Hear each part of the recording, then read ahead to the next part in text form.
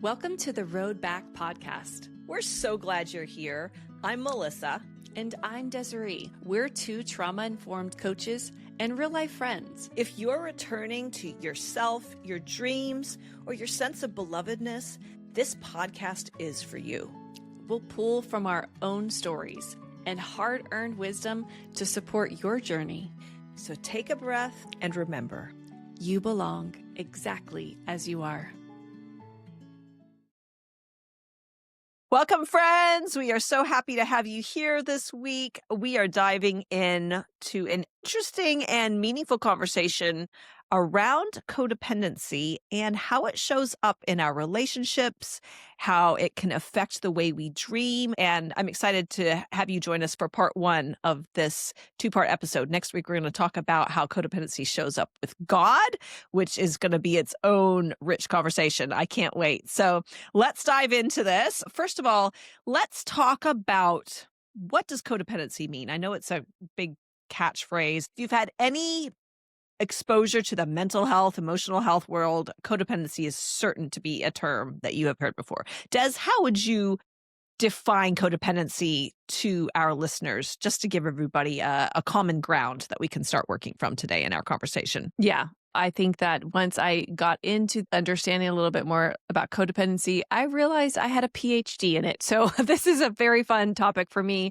And I think it's one of those definitions that I'm constantly working on defining to help both my own heart feel seen and the heart of my clients. But I think codependency can look and feel like you're losing your sense of self in service of maintaining a connection or harmony or approval. It's when your identity or your peace or your decisions are overly tied to another person's emotions, needs, nervous system state, or even their opinions of you. When I say that, can you see yourself, Mel? Can anybody else see themselves as clearly as I'm seeing myself? I'm like, well, absolutely. Absolutely. I think it's such a common experience. I feel like everybody has had some level of codependency touch their lives. Some of us are slightly more recovering codependents than others, but it is definitely something that I think touches humanity in general. Understanding how it shows up in our lives, how it can affect us, and then making educated, emotionally healthy decisions moving forward is really a key to understanding that it is something that touches pretty much everybody, but also there's ways to operate in continued levels of health as we learn to show up in our relationships in healthier and healthier ways. I love that. When we recognize these things inside of ourselves, and even in this episode, if you start to see yourself or see patterns, these aren't making you bad or wrong in any way. I feel a lot of compassion now for the backstory of why I've learned this as a coping mechanism, as a way of surviving certain experiences. And I think that where we want to go is oftentimes codependents, they are raised in families of addicts with alcoholism and other extreme situations, but also just being in a family environment where sometimes you realize that if you're the easy one, you're going to be more loved. So whatever's happening in your family dynamic, you might be learning, wow, I can impact my parents by being good or doing what I think they want me to do. And so these skills are learned at a very young age as a way for survival, as a way to maintain our sense of belovedness, our sense of belonging to our families, a sense of worthiness. And that's really what we're talking about. We're talking about something that's my sense of identity that's not fixed, but it's pliable. It can be changed. It can be altered based on what another person's feeling, based on how they're perceiving my intentions. And it's a really delicate dance to start to notice how often for me, this was a big part of my life and how much it was impacting my decisions I was making. And when you talk about our sense of identity being pliable and not fixed, in a perfect world, our identity is actually secure. It is not dependent on someone else's perception of us, someone else's emotional response. Our inherent sense of worthiness and identity actually comes from the fact that we are created as children in the image of God. That is a non-negotiable.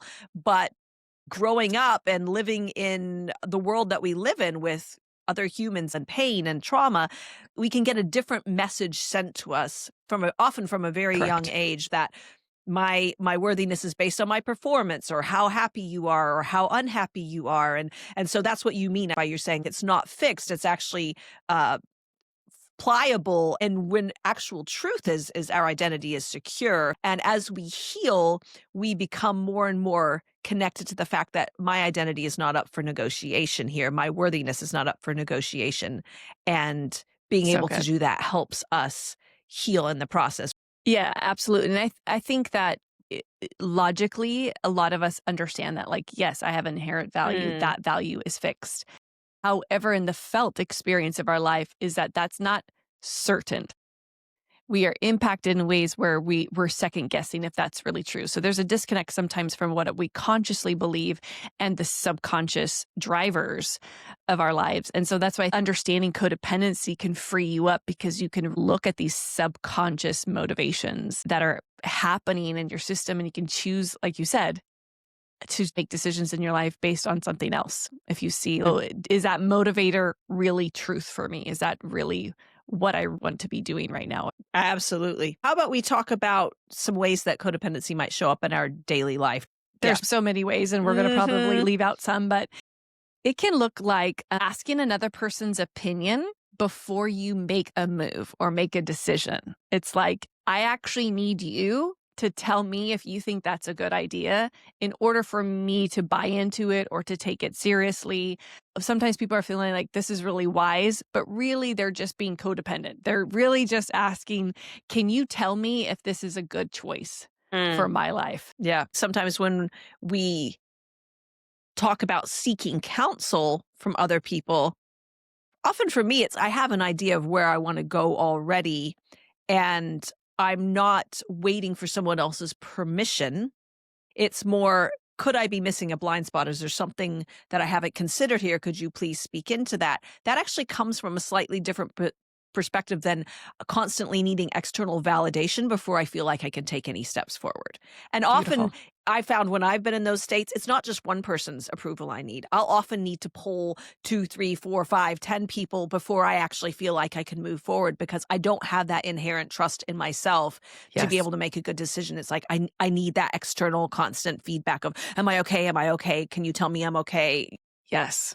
100%. I think my poor husband, I put him in that role for decades of our marriage. And so as you're saying that, yeah, there's usually core people, some of our main attachment people, or people that we're really valuing. And we're trying to look to them to understand, is this okay? Yes. Do you think this is okay for me? Then I will go ahead and make those moves. Here's a couple of others that the listener may see themselves in. Not starting something or pursuing something because someone around you isn't 100% on board. Wow. So, yep. I have so many things flashing in front of my mind. Another could be feeling guilty if you're wanting something and maybe the people around you are, I don't say settle in a negative sense, but maybe they're happy with their lives exactly the way it is. And you actually want something more for your life. You want to pursue something. Maybe you want to move out of your town that you grew up with, but all your friends are still there. Maybe you want to go pursue a course of study, but the people around you don't have that same value system as yours. I notice it often will come up when I am valuing something that feels important to me, but potentially the people around me don't have that same value system that I do. Yes. So it's like, am I allowed to want this? Am I allowed to do this? It shows up. And sometimes we want to maybe pull back a little bit because the acceptance, the approval of other people can feel so important. And sometimes like Yes. a lifeline if we don't know how to find that internal approval ourselves. Yeah, I think a lot of young adults and clients I meet in their 20s share this with me as well. It's almost like, am I allowed to move on in my life in this way? What, like, they feel guilty. Like, how is this going to impact my parents? How is this going to impact my grandparents? How is it going to impact the siblings that are left behind? Now, a lot of this sounds like kindness and thoughtfulness, but it's holding them back. They're almost paralyzed to do the things in their lives because of their perceived sense of how it will impact the connection that they have, the relationships that they have, and the emotional state of another. So codependency actually is one of those things that can look often very noble from the outside. It can look like loyalty, it can look like selflessness.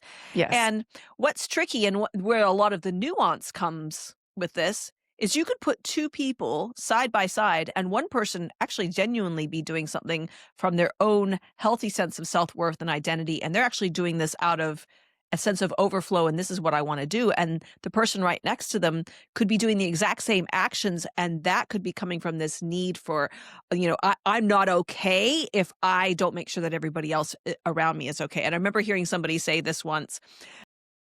Often the heart of codependency is, I cannot be okay if you're not okay. Yeah, that's such a good point. We're inviting you to look in and be like, what is that motivation? Mhm. What is the heart? Yeah. If my heart is saying I can't make this choice because then you won't be okay, then perhaps that could be a codependent relationship pattern. But also, like you said, not every bit of thoughtfulness or care towards another person is codependency. So I'm so glad you established that. It's really good to understand the motivation. Yes. What is the motivational Mhm. factor in why you're doing what you're doing and why you're not doing the things that maybe you want to do? There are so many ways that codependency can show up. And ultimately, it really is coming back to my sense of internal calm or peace is connected more to the people and the circumstances around me than it is to my own internal compass of I can be okay on my own. Beautiful. And we could dive into lots of other things. We could talk about stealth expectations where we don't clearly define what we need. We're not clear with what we want. And then we get upset or frustrated when other people don't read our minds and do things that we expect that they should know. I mean, all of these things can be fruit from codependency. Well, what you're talking about too is oftentimes a codependent, they've adapted and they've grown this ability for hypervigilance of knowing what other people need. Mhm. Because again, this is giving them a sense of value to anticipate your need, to know your need, to meet that need. It's giving them I call it like a hit. This Yeah. will equal connection. Yes. Ugh, Yes. I And it can give that feeling of connection because you might yes. get the praise, the accolades. Oh, you're so thoughtful. Oh, you're so loyal. So much of that positive feedback loop. So often the behavior will keep going, even at Yes. times when you recognize, oh, actually, there might be some unhealthy dynamics in my way of relating to the people in the world around me. But there's that dopamine hit that we get from, but I love feeling appreciated. I love feeling needed. I love feeling like, oh, what they can't do it without me. I mean, that brings its Right. own kind of Yes. drug, doesn't it? Oh, it said every Enneagram 2 person ever. It's just what you said. I was like, yeah, go ahead and put that on your tombstone, Enneagram 2s. But it's true because one of the biggest pain points for an Enneagram 2 or for someone who's codependent is that hypervigilant care is not reciprocated to the same level. It's like you can't actually get the same level of connection that your heart really needs by them doing that back to you. Mhm. Right? By Mhm. them responding in the same way. And that is often one of the biggest pain points for codependents is that they feel really unseen. They have given everything towards caring for the emotions of others, but everything else falls flat because, well, for one, this is my belief, you're not meant to. No other human is meant to meet every emotional need another human has and vice versa. I'm not supposed to get all of my emotional needs met by another human. So we get to this point where they're just fed up. They've given and given and given and thought of the other and changed their whole life's plans and decisions based on what they think another person wants so that they could somehow be loved in the same ways. They could get that connection, dopamine hit that we're talking about. And if you see these patterns in your life, it doesn't make you bad. It's just in the bigger context of dreaming. One of the topics that Des and I touch on a lot is the value of pursuing the desires in your heart, understanding that you have a unique design, DNA blueprint that you will feel most fulfilled when you are walking in alignment with that.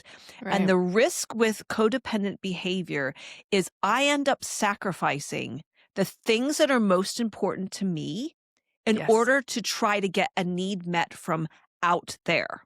And the Yes. blueprint is within. The voice of God is within. And when I'm outsourcing my self-worth to you and you don't do it just perfectly, I can keep trying and keep trying and keep trying. But then also I've experienced this and I've seen it with people is you hit a point and all of a sudden resentment kicks in and you're 100%. just mad now because I did this and I did that. And why didn't you give it back? And there's this, again, self-expectations that sneak in. And now I'm upset. And then the regret, the guilt, the feelings of like, oh my goodness, I wasted how much time thinking that if I did X, Y, and Z, it would work out. We can end up putting off the things that are in our heart to do because one, we're trying to keep everybody else around us comfortable. We don't want to rock the boat. But then also we start feeling responsible for how will you feel about my success? How will you feel about this? I need to make sure that everyone will be 100% happy and fine before I can move on. Or shrinking, oh, I'll just play small. But all of these things end up causing us to sacrifice often the most authentic parts of ourselves. And the invitation is always where is there a place for healing and where can I step forward? So in light of some of the ways we've seen how codependency can play out, what are some situations where you've shelved or put some dreams on hold because you are wanting to not rock the apple cart, so to speak? Can you Oh my speak to that? goodness. Yeah. I think that one of the biggest places that I've continually am growing in awareness to is codependency in my parenting and my motherhood. Mm. So this is something that's will probably be my lifelong journey. But also, I was raised to really understand that I was supposed to be able to somehow, if I loved my kids enough, I was connected to God enough, if I prayed enough, I was going to be able to somehow impact their emotional world, their future. Maybe they wouldn't struggle if I could do this just right. Like if I'm just really being honest. Maybe And I can protect them from all harm. that has been a measure for me that I felt so much shame Mm. anytime one of my kids experienced any type of pain because I thought I must have failed in Yes. this codependent understanding of my role as a parent. Mm. But, when I think about the decisions I've made in life, and these are also nuanced because there was a time of my life that I homeschooled my kids for about 6 years. And a lot of my authentic heart loved homeschooling my kids. And a lot of me was also in the same way trying to make sure that they wouldn't have certain pains. Mostly some pains that I had had in my life and some made up pains, future projections of what could happen. And so there was a lot of fear, but I would say that when I felt inside myself that I didn't really want to homeschool anymore, it hit so much because I thought to myself, am I even allowed to not show up in this way? And I think a lot of women understand this because we come by this so honestly. We birth these beautiful things. We sustain them with these bodies. They are completely dependent on us. And this sense of autonomy or agency is very slow growing for their systems, right? And their brain development, they need us really close. And then we suddenly get to this point where I'm like, am I allowed to have a life outside of this experience of motherhood? I mean, I love being a mom. I love it deeply and dearly. But I often believed that if I were to make a certain decision, again, this is the shame story, if they were to have any pain or struggle or challenge because of my choice, that would therefore mean that I didn't love them. I wasn't a good mom. And I think these things hold so many of us back. My sense of identity was the ability to impact my kids, the pseudo sense of control that I had. And so it's like, if We'll just I'm call not it out for what it is. let's just go there. And so if I'm not doing that, what am I? Am I even allowed to have a different understanding of how to relate to these people that I love with my whole heart? And so hopefully that answers the question, but it took a lot of time for me to untangle the false sense of identity, the appearance of control, because it's completely false. I wasn't actually in control of their emotions or the choices they were going to make and the life that they were going to lead and the path that God had for them. I'm not that powerful. I didn't have that control, thank God. But I believed that if I let go of it would be to let go of loving them. And so I had to untangle those two meanings, that they're not the one same. That's so high stakes. Like, Oh, if I yeah. don't do this right, I'm not loving my children well. I mean, oh my goodness. Right. Yeah, it was very Love- stressful. No, but it makes so much sense. It's Yeah. so relatable as a mother myself. We wrap, like you use the word untangle. There's Yes. so much wrapped up in what does it mean to be a good mother? What does it mean to protect my children from the evil of the world? And it's just comes from like a pure motive. And we talk a lot about nuance and things like this. It can be mixed with other motives in there as well. There's some great motives in here, and there might be fear-based motives affecting my behavior and the reasons why I'm doing things. 100%. Parenting is one of the most nuanced experiences that we can have, because part of the whole reason we have these kids is like we're attached, right? We want that secure attachment. Then they need to disconnect. But in that whole time period, they need us but don't need us. It's such a challenging time because they need me, but they don't need me in the same way. You have to stay open, but they can't completely disconnect. But they need to head that direction. And in no way am I saying that homeschooling was bad. I'm just saying that I had a lot of mixed fear inside of that. I had a lot of trying to control the outcome. And I realized I was parenting in fear, and I was going to reap the outcome of, and of that's fear. sobering. So sobering. I'm still doing it. I'm still unpacking it. Same, girl, same. It's so real. For us as women of faith, allowing God to have ultimately, I think part of what's helped me is recognizing that He loves my kids even more than I do. And so, as hard as I am working and the best that I'm doing, and as sometimes mixed up as I get, leaning into the fact that He is the ultimate father, the greatest parent that has ever existed. We watch His kids do crazy things sometimes. I've still turned out okay, despite some of the crazy in my life. I like to think that, and just being able to lean in a little bit of like, oh, He's got them too. I love that you shared that, because I see parents and mothers do this. It's like, if I don't parent like this, how do I actually know that I'm loving them if I don't have that sense of control over them? And you're going to have to relearn new ways of love. And I think that that's what I think the heart of undoing codependency is finding safe, true love, belovedness, a sense of self outside of doing something or controlling somebody or certain outcomes. So you're undoing that understanding, and that takes time. That's why I'm going to be doing this for the rest of my life. Yeah. Were there any specific catalytic moments where you recognized that your love, not that it wasn't love, but some of that codependent love needed to shift, where you went, oh, mama needs to deal with this here because it's not actually bringing the fruit that I was hoping it would?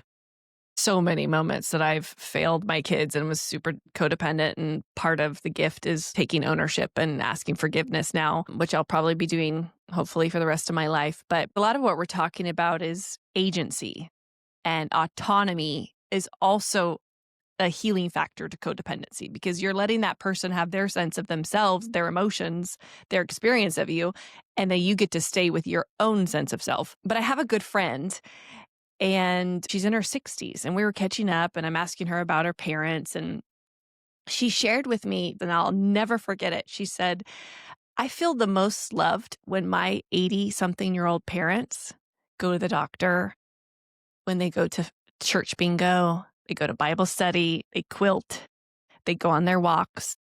That makes me feel so loved as a child. And I thought to myself in that moment, this powerful truth that transcends no matter what age you are as a parent or child, is that children need to see their parents have autonomy as well and be powerful in their life and make good choices for themselves and take good care and have a sense of themselves outside of their kids that really impacts us, even as 60, 70-year-old people. And the opposite is also true. If I'm safe when my parents are doing this, then I can feel safety when my kids go off in the world, when they have their own paths, when they figure out their careers and they make a few mistakes and they learn as they go and fall in love and break their hearts or whatever. It helps me understand that, hey, this is their autonomous journey and it's safe for them to be on it as well as for me to have a sense of me that's separate than them. It's almost like that compass of sorts. I always center towards it. I'm like, is this true for me? Then it can be true for them. And if it's true for my parents, is it true for me? And I take these concepts and orient towards a sense of autonomy in my parenting. And it's a full-time job for me. And so empowering to your kids. And when you were sharing about the friend who feels safe seeing her parents take care of themselves, go to bingo, those kinds of things. If I'm codependent with someone else, then there's something in them that's allowing me to be that way too. Whoa. And so I recognize some of the strongest codependent relationships I've had has been because the other person has been codependent with me. And so what I heard you saying with her feeling safe because her parents are taking care of themselves, it's like, oh, actually, I don't have to be responsible for you. What a relief. Sometimes it can feel a little sticky. I've had to extricate myself from codependent relationships before, and I'm sure you can Yes. speak to this too. It can feel really sticky when you start recognizing, oh, I might need to put some boundaries in place. My healing journey is actually causing me to confront some of the stuff that's been in my relational dynamics in the past. And sometimes that can feel a little messy because all of a sudden you're changing the rules and a way we've always done it isn't going to actually For fly sure. from here on out. And so there can be messiness in that. And also, when we start moving to places of health on a subconscious level, we start giving other people permission to not have to manage our emotions. Because what I heard you saying with your friend, my parents are now doing things to take care of themselves.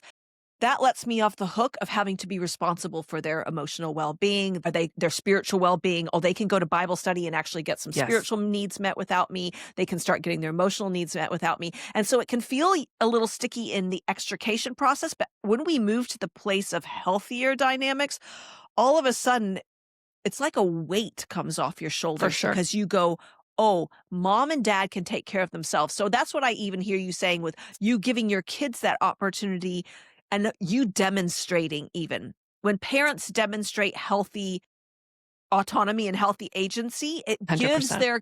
it's like show and tell. I'm going to demonstrate to you what this looks like, and I'm going to let you feel it in the relational dynamic with me because I'm not just going to say it, I'm going to live it. And when we practice what we preach and there's that internal alignment and intention, it actually affects the atmosphere around us on an energetic and spiritual level because we start living healthy. You can't actually fake healthy identity.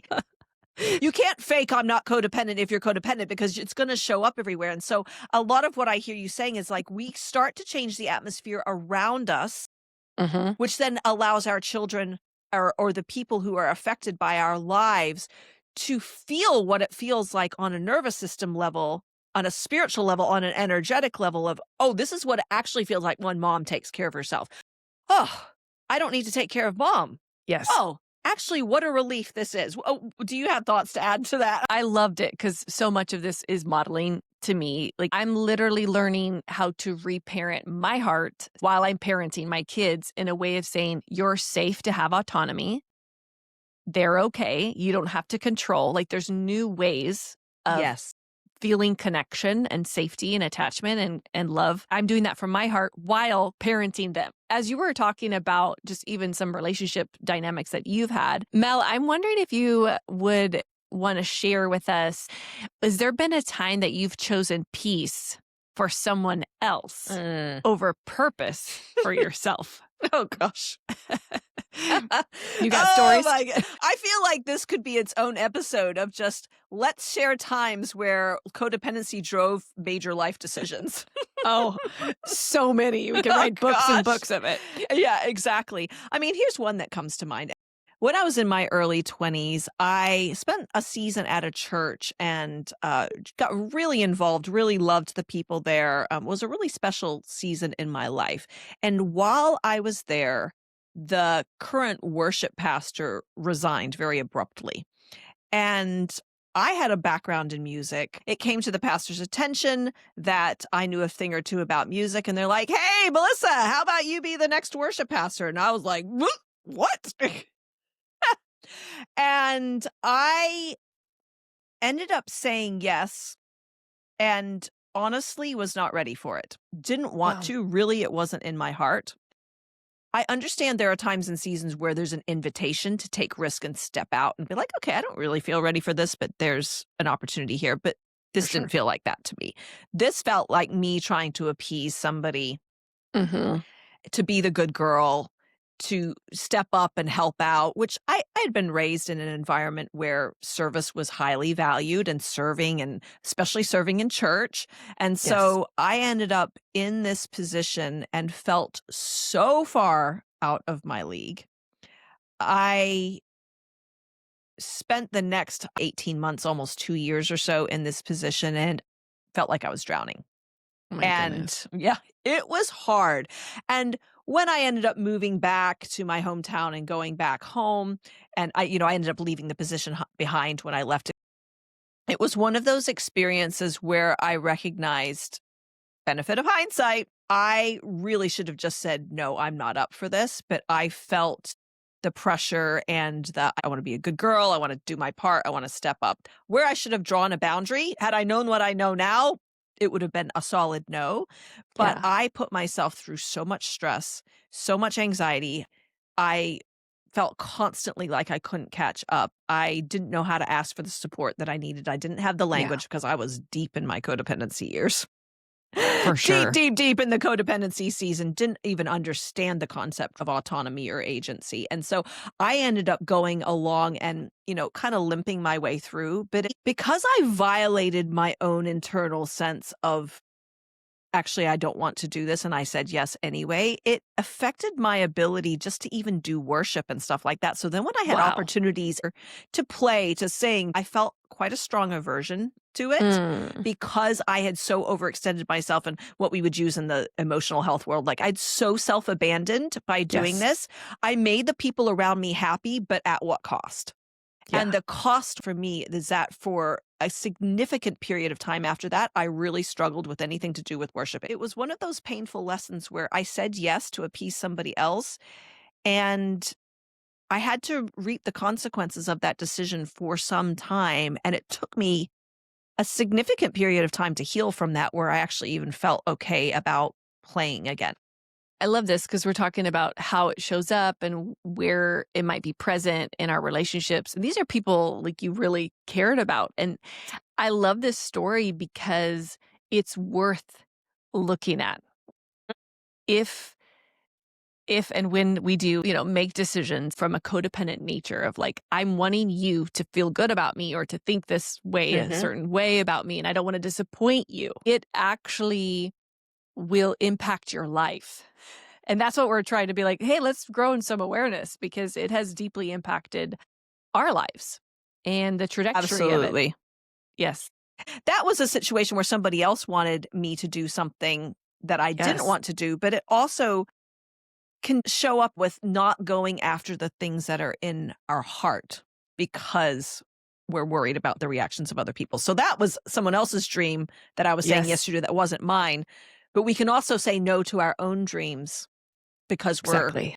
afraid of the person's response as well. Has there ever been a time you've put things on hold because you were concerned about their reaction? You might hurt them, you might disappoint them, you might step on their toes, they might get a little jealous. Absolutely. I think that with my closest friendships, at times, this has been one of the areas that I'm growing in noticing codependency.